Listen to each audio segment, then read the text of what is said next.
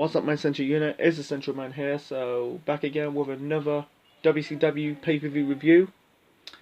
I said on my Starrcade 96 review, yeah, I said the next review I'm gonna review is Starrcade 97, but instead I changed my mind. So in this review, I'm gonna review WCW Uncensored 2000. This is the final uncensored pay-per-view in WCW history before the company went out of business in 2001.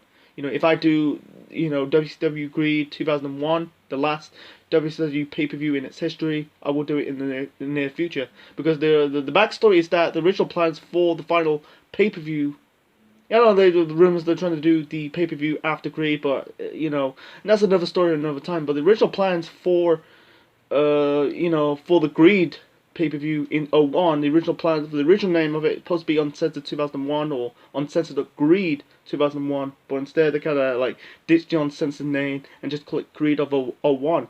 Anyway, yeah, this is the final Uncensored in WCW history. The final Uncensored pay-per-view took place at the American Airlines Arena in Miami, Florida on the 19th of March 2000. The attendance for the show was 5,000. The tagline for the show was "Outside the Rules." The gimmicks of the Uncensored pay-per-view's gimmicks is basically everything goes. No rules, no authority. You just do the hell you want. So the commentators for the show was Tony Schiavone, Mike Tenay, and Mark Madden. So the first match to kick off WCW's Uncensored of 2000. We got the WCW Cruiserweight title match between the Artist, formerly known as Prince Iaukea, defending the belt against Psychosis. You got Paisley. The Artist is in the Artist's corner. Paisley is the future Charmel, and then in Psychosis' corner we got Juventud Guerrera. And also making his debut was Chris Candido. Candido making his debut, joining the announce team in this match.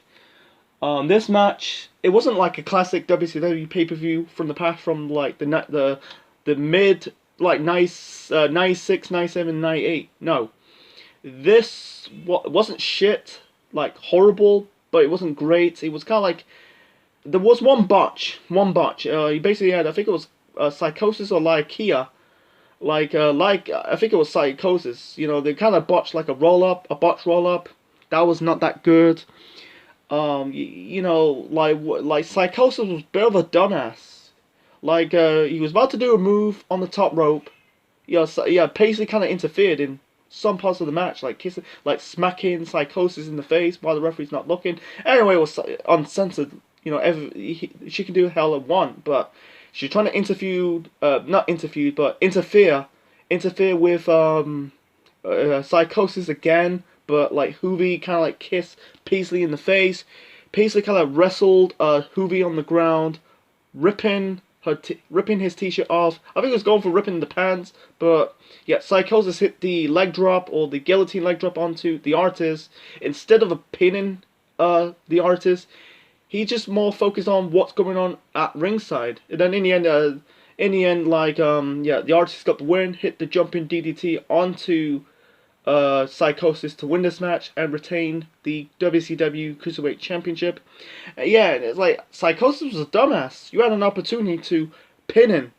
You should have continued what's going on the match, not what's going on outside of ringside. It's just what it is. I don't want to go in more details on it. Anyway, so the next match we've got Lane and Rave with Lane and Rave taking on Norman Smiley and the Demon. I'll get to the backstory of the Demon shortly. He had Miss Hancock, the future future Stacy Keibler. I think he came to announce that they're dropping Lane and Rave, and they said they are no longer wanting her as their manager. So Miss Hancock announced that she announced her new tag team to manage is going to be Silver King and El Dandy. That pissed off Lane and Rave.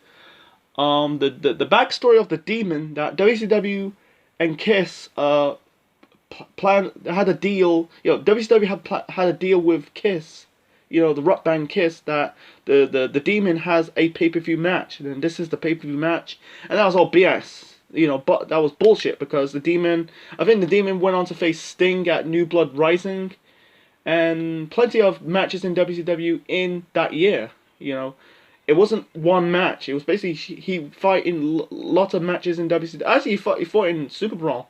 So basically the basically wasn't. Why could you say you only give the Kiss Demon a WCW contract? It's just what it is, man. I'm not going to go into details of it. For Norman Smiley, in his match, he's wearing like the hockey uniform, but in this match he was dressing like Kiss. He was wearing like a Kiss fan, like a Kiss makeup, the face paint and the Kiss T-shirts. It's just what it is. This match was okay. Actually, it was better than the opening match, but that's not saying too much. It was nothing special. The Demon, he was all right in this match. Against Landon Rave, he did some wrestling moves. I think he clothesline. I think it was Lane. Out of the ring. In the end, Smiley locked I think it was the chicken wing crossface onto Rave to win this match, and then Landon Rave kind of got pissed off. I think they were called the XS. They're basically grabbing Miss Hancock, basically kidnap her. They got pissed off because they drop in Landon Rave as her client, and then you got basically Smiley and Demon saving Miss Hancock and beat down Landon Rave, and then afterwards they both did a spank dance, and the referee was goofy, also did a spank dance as well.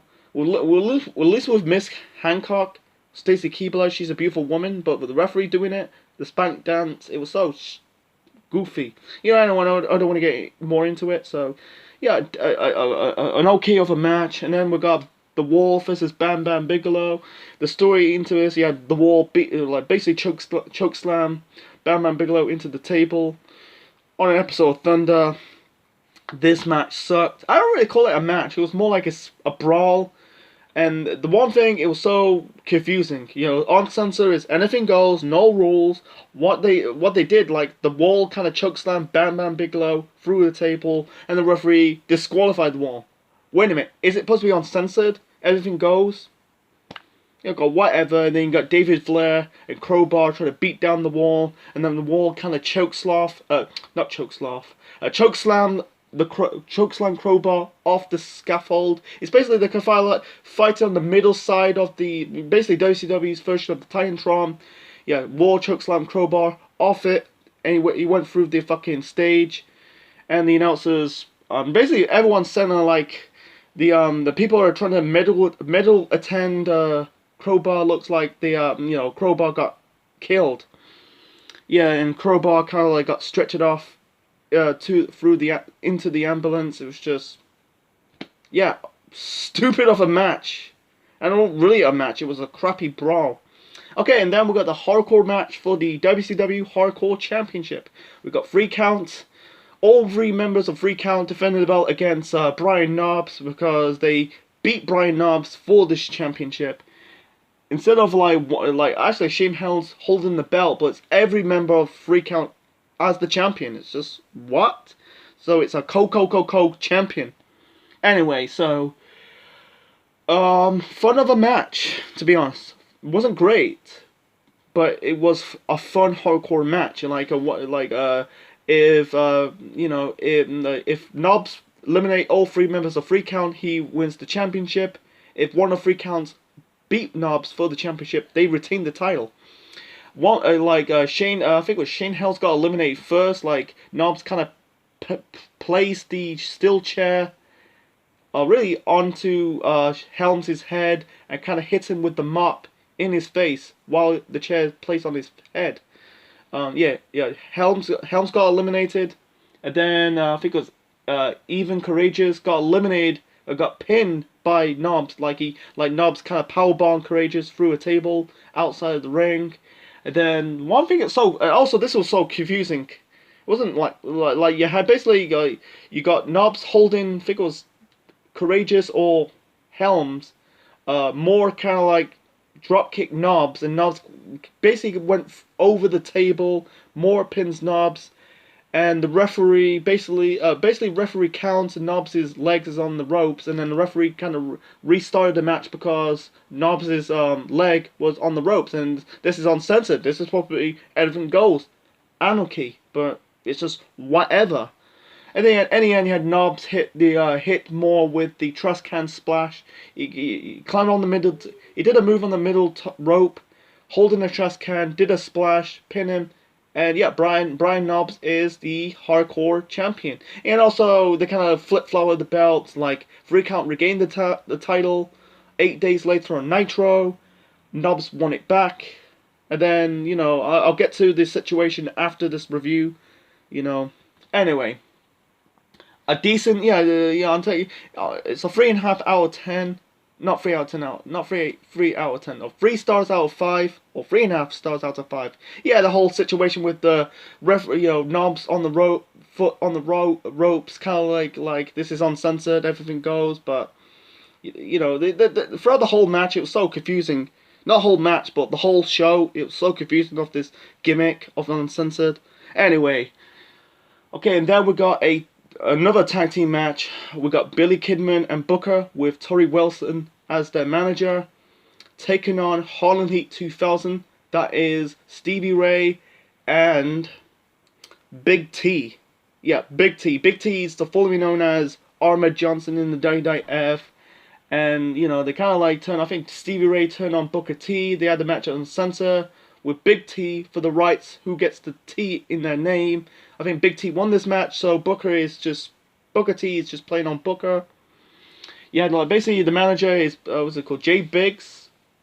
That's the Harlem Heat's manager, and also the Heavy is Cash. He did interfere in this match, but with Big T, at least with Booker, Kidman and Stevie Ray, they're good workers, but with Big T, the difference between Big T in WCW and Ahmed Johnson in WWF, with Ahmed Johnson, he looks like a bodybuilder in WWF, and then fast forward 3 years later, after he left WWF, when he came to WCW, he was a fucking fat guy. He was fucking heavy, and he wasn't that good in the ring. In early parts of the match, he basically had Kidman drop kick Big T. Big T almost fall on his ass, and he tried to do a move on Kidman outside the ring. He jumped over the barricade, run towards the fans near the crowd, came back, running back, trying to do a splash. Kidman got out of the way. He fall on his backside. He was, if he managed to execute the move on Kidman, that will never be that good, because like I said, Big T, Ahmed Johnson was not good as a wrestler, man. In the end, Booker and Kidman got the win. Kidman was about to do a roll up on Big T. Booker assists Kidman, super kick Big T in the face. Yeah, Kidman pins Big T to get the win, won this match, and then I think Booker went on to become G.I. Bro, part of the Misfits in Action, and then later on in 2000, in the second part of 2000, in the summer, he went back as Booker T, so he basically got his T name in his ring name, and then Big T left WCW after that. He was not really good as a wrestler. Okay, and then we got Fit Finlay and Vampiro in a false count anywhere match. Fucking terrible. I see a lot, sometimes with 4 count anyway matches, they could be good, but sometimes they could be bad. Hit and miss, night all day. This is more like a night, and this is a hit. This is a miss, to be honest. They were fighting near the crowd, almost went to the women's bathroom, but went to fighting in the men's bathroom, fighting near the crowd. The crowd, the fans got interfered in this match, got in both Finlay and Vampiro's way. That kind of ruined the match for me. It wasn't that great. It wasn't good, but it's just they just got in the way. Anyway, Vampiro got the win, and then afterwards he came back to the crowd, came back to the ring. He celebrated towards the fans. Looked like he won the championship. He looked like a dumbass. Yeah, it was not as good as a 4 count anywhere match. Okay, and then we got the WCW World Tag Team Title match between the Mamalukes, that is Big Vito and Johnny the Bull, defending the belts against the Harris Brothers, that is Ron and Don. The Harris Brothers, basically at the time, they're basically Jeff Jarrett's stooges. They're lackeys, they're underlings, sorry. And this match was decent. What people say, I see a lot of reviews on the show and censored. Oh, the tag team title match was disappointing. No, it wasn't disappointing. This was good. It was decent, to be honest. Like you had both Vito and Johnny hit the Brooklyn Bomb on I think it was Ronald Don. It was one of the Harris brothers. In the end, you had Disco Inferno's on commentary. And one thing it doesn't really get me, that you had one of the Harris brothers basically grab one of the belts and hitting two members of the Mamalukes hit Disco Inferno. So and then early on this match between the Wall and Bam Bam Bigelow, they disqualify the Wall for chokeslamming Bam Bam Bigelow through a table. But in this match, they didn't disqualify the Harris brothers because they hit the tag team belts on the Mamalukes. Whatever, man. This is uncensored. Everything goes. It's just what the fuck. Yeah, the gimmick is so confusing. Anyway, the Harris brothers got the win. They retained really won the WCW World Tag Team Championships. At this point, the tag team division in WCW was a joke. Compared to the WWF side, you've got like an established tag team division with the Hardys, Edge and Christian, the Dudleys, and APA. But in WCW, lots of crappy tag teams. I'm not going to go into the tag team division in WCW. So it's just WCW tag team division, and every championship title changes in WCW. It's basically WCW in a nutshell in 2000. Anyway, so moving on to Terry Funk versus Dustin Rhodes. This is a bull rope match. Basically, you had like this fucking guy in the chicken suit interfered. Basically doing like basically Terry Funk did a far horn, leg horn. Basically, he's a chicken from Looney Tunes joke. He had a chicken. He had a chicken with Dusty. I think it was Dustin or Dusty's name on it. Basically making fun of Dusty Rhodes. I don't know. This match, okay, wasn't great. It was that shitty with the chicken interfered. Actually, it was sucked, to be honest. Wasn't that good. And also, Terry Funk was an idiot. He said he wants to change this match into an I Quit match, but the referee said to Funk, "You don't have the authority to change the match stipulation." Yeah, and he keeps doing like I quit, but it wasn't an I Quit match. It was a bull rope match. The bull rope play a massive part in this match, but it wasn't a great match. It was shit. It was really disappointing. It was a crappy match. Anyway, and Dusty Rhodes, not Dusty Rhodes. I was confusing that you got Dustin and Dusty, but it's Dustin Rhodes, the formerly known as Goldust, got the win. Hit the pole driver onto Funk to win this match. Yeah, this was shit. And then WCW's 3 matches, not got any better, man. We got Sting versus the Total Package Lex Luger. In this build up to this match at Uncensored, you basically had Miss Elizabeth and really turned on Sting, and then Luger broke Sting's arm or hand, and then Luger started breaking other wrestlers' hands in the process, building up to this match at Uncensored, breaking, I think he broke Hogan's wrist, and then you got wrestlers. Yeah, this is a cast lumberjack match. Basically, every lumberjack match is in this match. Luger on the mic says, "I'm sorry," and then to people who Luger attacked and broke their arms in the process. You had the lumberjacks. You had Finlay, Brian Knobbs, Vampiro, the Harris brothers, Holland Heat, the new Holland Heat, Stevie Ray and Big T, Hugh Morris, Jimmy Hart, Kurt Hennig. Yeah, this match between Luger and Sting was shit. I'm sorry. What a trashy of a match. Yeah, mostly the lumberjack members fighting, the heels and the babyface fighting. Yeah, Tank Abbott in this match came to ringside, punched Doug Dillinger in the face, and fucked off. And Tank Abbott, Russo's idea having Abbott as the world champion was that one never went over. And also, after that, Tank Abbott went on to be a member of 3 Count or 4 Count at this point later that year. And also, self-proclaimed Luger says he had a fake cast to mock. That's all confusing. Elizabeth hits Sting with the bat, and Jimmy Hart kind of pull Elizabeth's hair, and he has like a belt. He looks like he's gonna hit Elizabeth with the belt. Who's fucking writing this shit? Luke was about to hit really locked Sting with the torture rack. Vampiro came to the ring, hit Luger with the bat. Sting hit the Scorpion Death Drop to win this match. Sting at this point, this is Sting's worst WCW year, because I think he had a feud with Vampiro, had a match with the Kiss Demon at New Blood Rising. Yeah, he faced Jarrett for the world title at Halloween Havoc, but besides that, it was dwindle his funds in the mid card.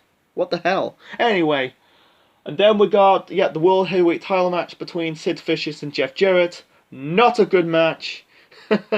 It was overbooked, fighting in the crowd. You had the Harris brothers, Jarrett's Stooges beat down Sid. You got this referee trying to, what's his name? I don't remember his name. Trying to do the 3 count. Hogan pulled that referee out. I think he hit Jarrett with the guitar in the back. Sid got the win, and then you got Scott Steiner came to the ring. After he got, I don't know, he got suspended or injured. He basically hit Hogan in the back with the guitar, and you got Harris brothers interfered, beat down Hogan. Sid saved Hogan, beat down the Harris brothers. Then Flair did interfere, did show up in the world title match. And speaking of Ric Flair, we got Hogan and Ric Flair in a Yappa Pie Indian strap match. No ring intro. The match started. This was fucking shit. I don't like strap matches because of the you have to do the 4 count, touching the 4 corners. If a wrestler did a bump, you have to restart the match again. Don't like that. On a good side, that's not saying too much. You had Flair and Hogan was busted open. Hogan was about to do the folks, it was cut off. Anyway, Hogan was about to do the touching the 4 corners. Luger trying to interfere. I'm guessing Hogan whipped him. Instead of touching the 4 corners, Hogan did the leg drop on Flair, won this match, and thank God this strap match was over, man. Yeah, anyway, my final rating for Uncensored 2000, the final Uncensored in WCW history, is a 3. I'm gonna go with 3.5 out of 10. Just a shit match. The 2 matches were decent. Were basically the hardcore title match, between Free Count and Brian Knobbs for the hardcore title, and the World Tag Team title match between Mamalukes and Harris Brothers. It set up the bullshit finish. Besides that, some matches were, nothing special. The two tag team title match, Kiss Demon, Norman Smiley versus Lana and Rave, and Booker and Kidman taking on Harlan Heat. And then you got crappy matches like Dusty Rhodes versus Funk in the Ballroom match. Sid versus Jarrett for the world title, Hogan versus Flair in the strap match, and Vampiro Finlay False Count Anywhere match, including Sting versus Lex Luger in the Lumberjack match. And this pay-per-view is the pre-Russo and Bischoff era, because the next pay-per-view I'm going to do is the final Spring Stampede pay-per-view in 2000. They kind of reboot the WCW thing, strip all the championships and crown new championships. That's the whole New Blood Millionaires Club. That's that's the Bischoff Russo era. Not Russo era. I was comparing him to Rusev. So anyway, that's my review on WCW Uncensored 2000. Not a good show. Hope you like it. Leave your thoughts and comments below. Smash the like button and subscribe to the Central Man Network on YouTube. And this is the Central Man officially signing out. Check you later.